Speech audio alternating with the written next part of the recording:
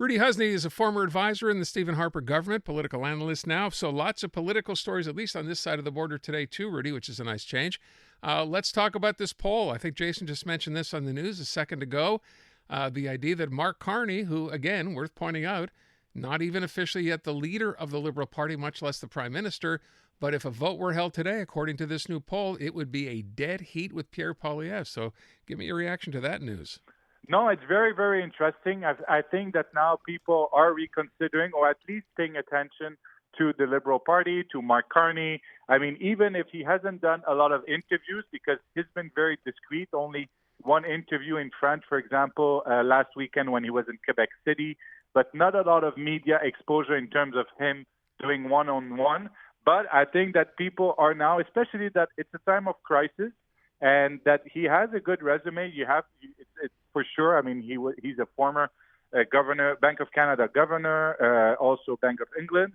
So I think that slowly people are looking at that. At least there's an alternative because, look, people realized before that they want to change, that Trudeau was kind of at the end of his reign, and people were switching, obviously, to the Conservative.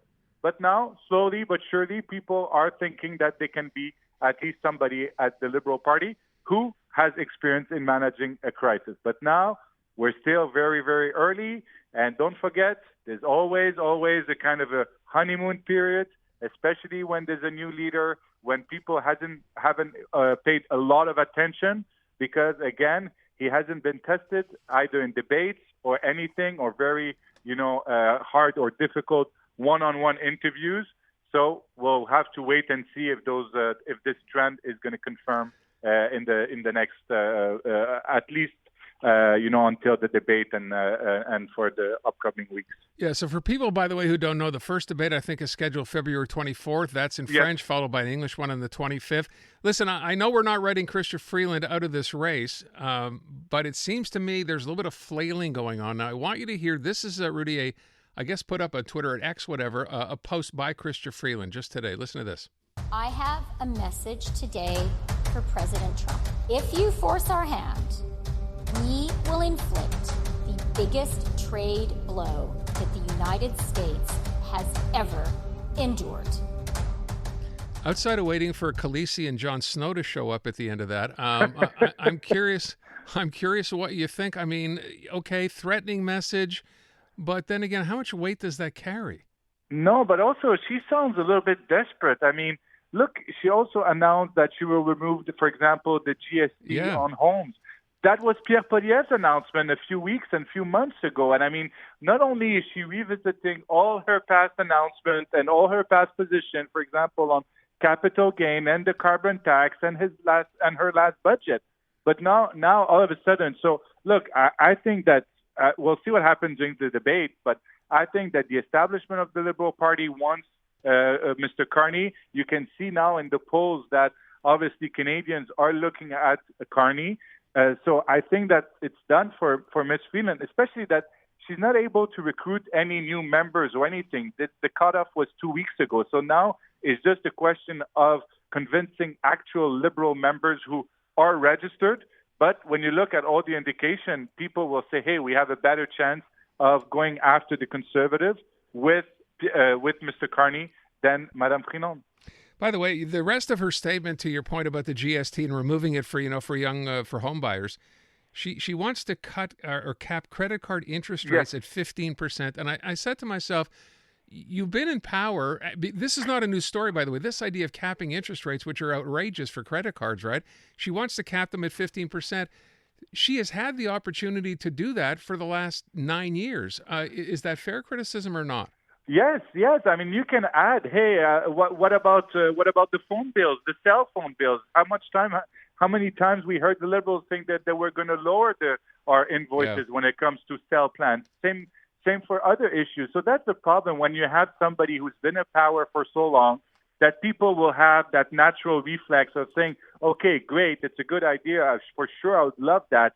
But you were in power for 9 years. You were the finance minister. You were the deputy prime minister.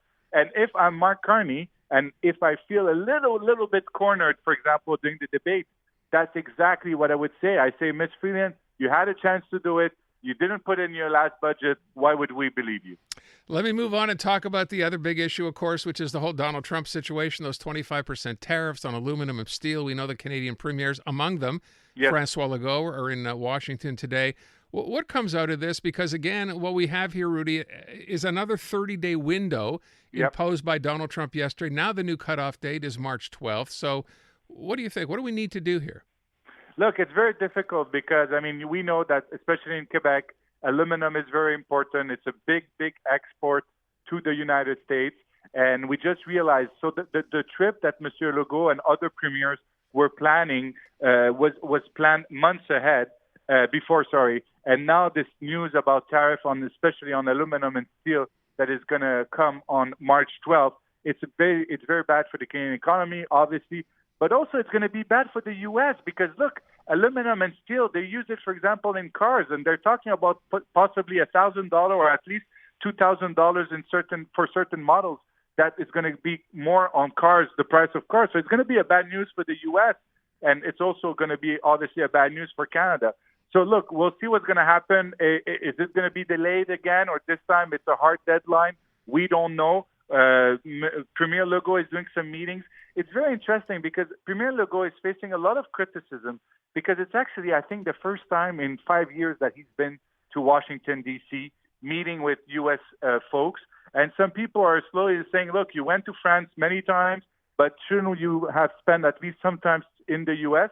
Because, look, it's hard to meet people when you don't know them and asking them, hey, can you please help me, for example, on steel and aluminum, when you haven't basically done your homework, especially compared to Premier, for example, former Premier Jean Charest or even Philippe Couillard, who invested a lot more time in the U.S. or even with U.S. governors. So that's maybe a criticism that François Legault is facing right now and will face when he's going to come back to Quebec. I'm curious what your take is, Rudy. The one person who seems to be in everyone's face, at least from a Canadian perspective, seems to be Doug Ford. Yes. Who's taking great pleasure in getting out there. And, of course, he's now in an election campaign. What do you make of what you're hearing from him?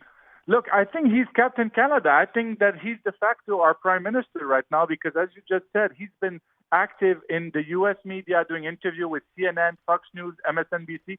Even this morning, as Premier Legault was meeting with certain stakeholders and some groups, he was in front of the Chamber of Commerce, delivering a keynote there. So I think that a lot of people now in the U.S. must think that he's the Canadian Prime Minister right now and not the Premier of Ontario. But look, he's been very vocal. But don't forget that he's also chair of the Council of the Federation. So it kind of gave him a way to be more active. But I think that he's doing a great job. And I think his message is also resonating in the U.S. But who's going to listen to him? It must be Donald Trump. And for the moment, Donald Trump, I think, said that it's going to happen.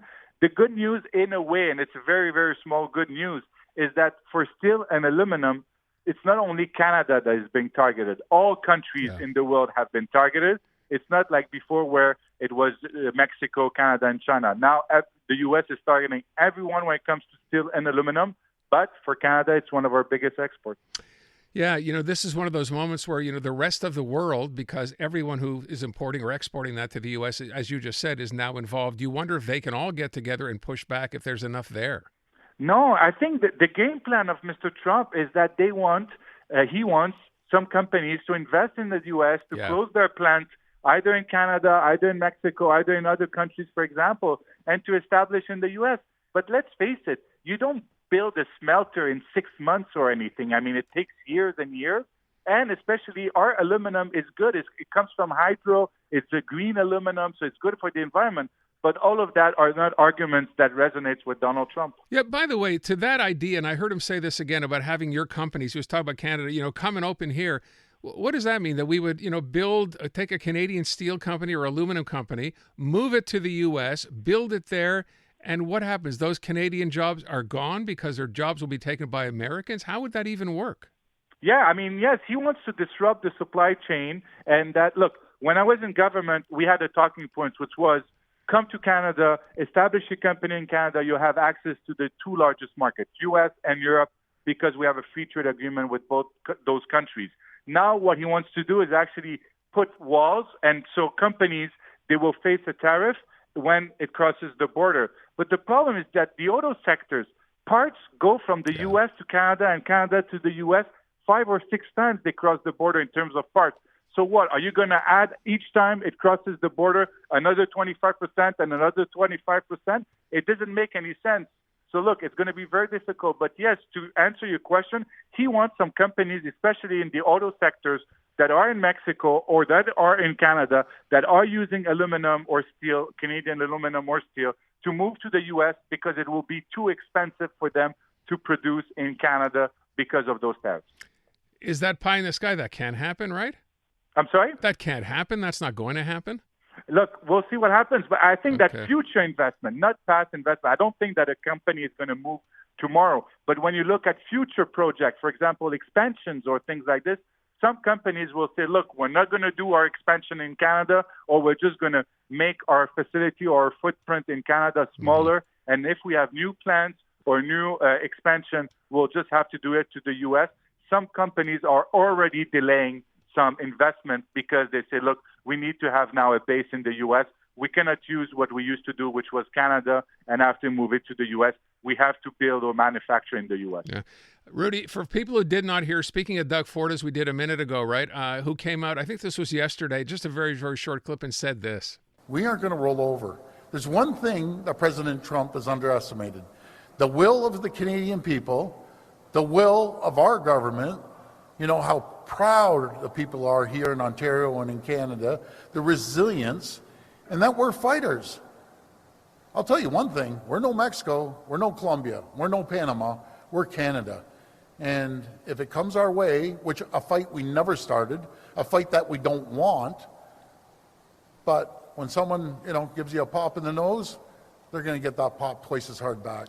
I'll tell you that. Captain Canada. All right, Rudy, thank you so much.